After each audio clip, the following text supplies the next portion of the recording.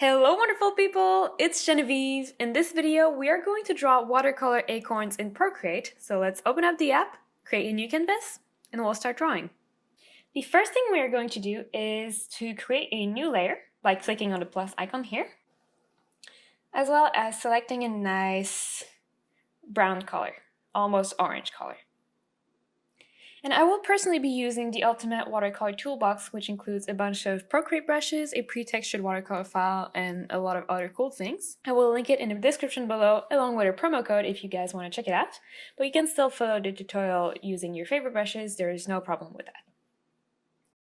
If you do have the Ultimate Watercolor Toolbox, pick the Dark Edges watercolor. And we're just going to draw some sort of that's too small. We're just going to draw some sort of rounded rectangle / ellipse kind of shape.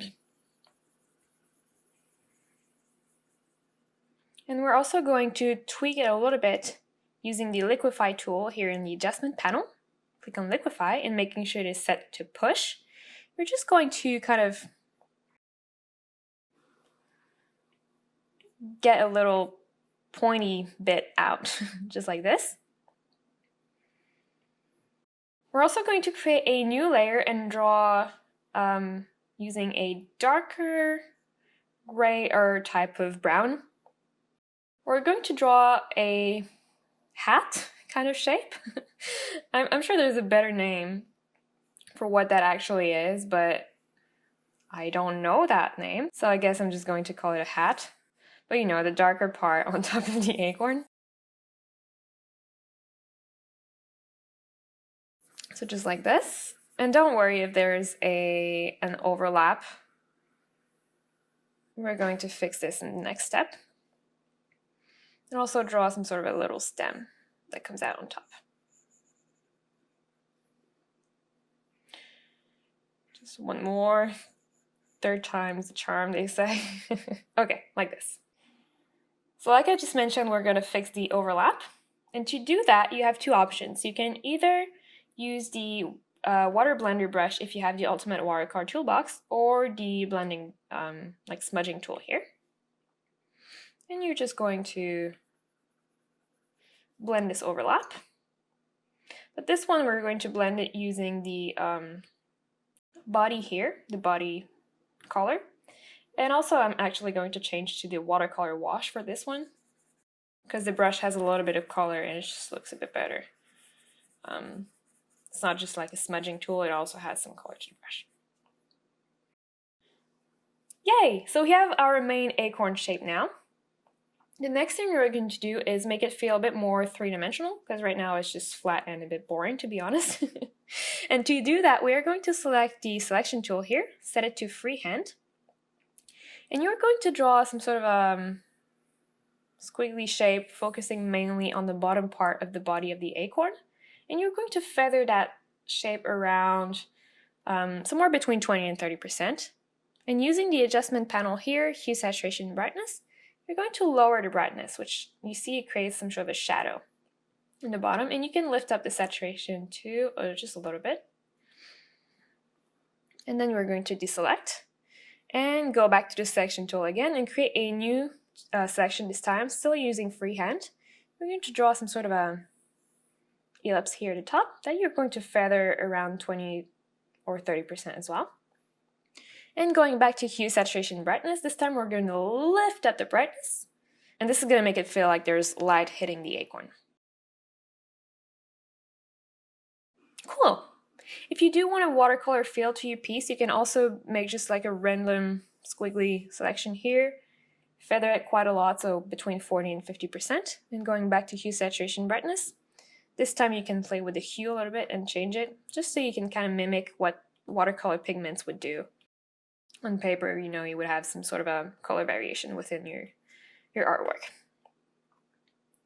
We're also going to do this type of 3D gradient selection tool technique on the hat. But this time we're going to draw kind of some sort of a U shape on the bottom of the hat section. I can't believe I'm calling it a hat, but I don't know the word. And you're going to feather it this time around 20%. And you guessed it, going back to the hue, saturation, brightness panel, lower the brightness to mimic shadow, and this time we're going to lift up the saturation a little bit. And we're also going to add some light, might as well. This time drawing some sort of a deformed ellipse on top that we're going also to feather around 20%. And lifting up the brightness this time. Maybe the saturation too, or maybe not, that's up to you. Cool, this is starting to look really cool. I'm also going to add even more light on this acorn and even more of a 3D effect by erasing some of the color. So going back on the body layer here, I'm going to tap on the eraser icon twice, which is going to open the brush library. And if you have the Ultimate Watercolor Toolbox, go ahead and grab the color shifting brushes for your eraser. But if not, you're free to use any other eraser that you want. And what you're going to do basically is you're going to erase kind of a line that goes across, well, not across, but kind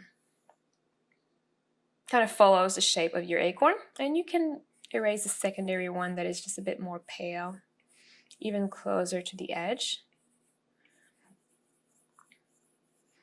And it's going to make it feel like there's some light hitting the acorn. You can also be very gentle and erase a super subtle one on the other edge. Here. Just like that. And see now your acorn is starting to look three-dimensional and just more interesting. We're also going to add some texture to the hat part. And to do it, you're going to create a new layer that you're going to put on top of the hat part. And to do that, you just have to hold the layer and drag it on top. And we're going to set the blending mode of this layer to multiply. And to do that, you click on the N here. And you just swipe until you see multiply, which is the first one, so it's quite easy to find. Staying still with a nice dark brown color, you're going to pick a color shifting brushes brush, set to medium, I would say. And you're going to draw some diagonal lines all over the hat or across the hat. Just like that. And then you're going to draw more diagonal lines, but that kind of go in the opposite direction at the first one.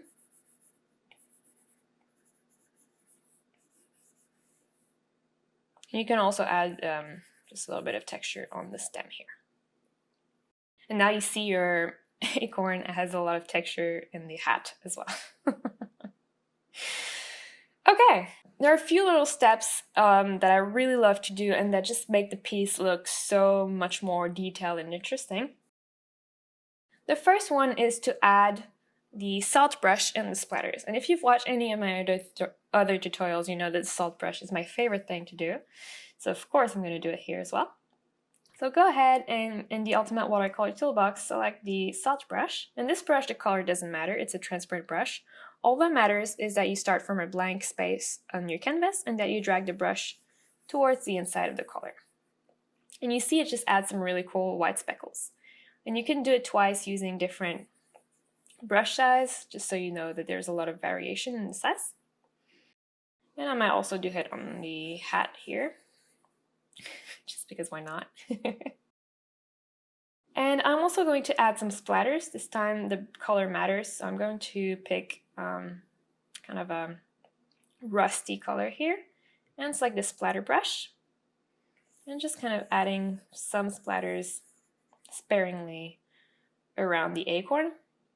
And I might actually change the blending mode of this layer to linear burn, just because I feel like the splatters show up really in a really interesting way on the acorn that way. Great. One other thing that I'm going to do to add even more detail and depth to this piece and just make it look more interesting is I'm going to add some sort of sketching outlines. So create a new layer and set it to multiply and pick a kind of grayish brown color, as well as a sketching brush. If you have the Ultimate Watercolor Toolbox, I recommend the coloring pencil.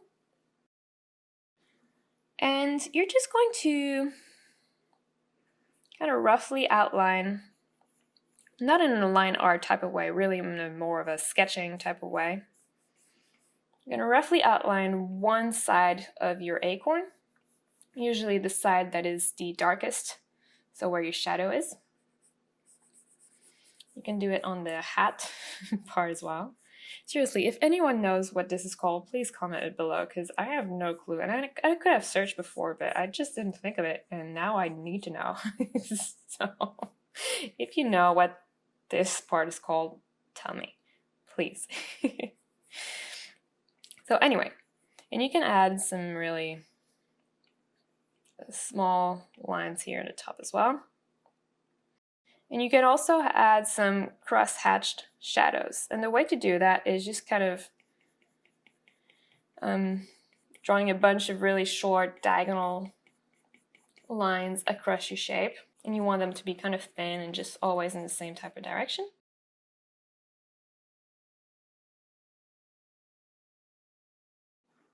Now if you zoom out, you see that it just gives a bit more character to your piece. If you find that the edges of these little crosshatch are a bit too harsh, feel free to use the eraser and just kind of go over only the pointy parts to kind of have them blend a little bit better with the color behind them.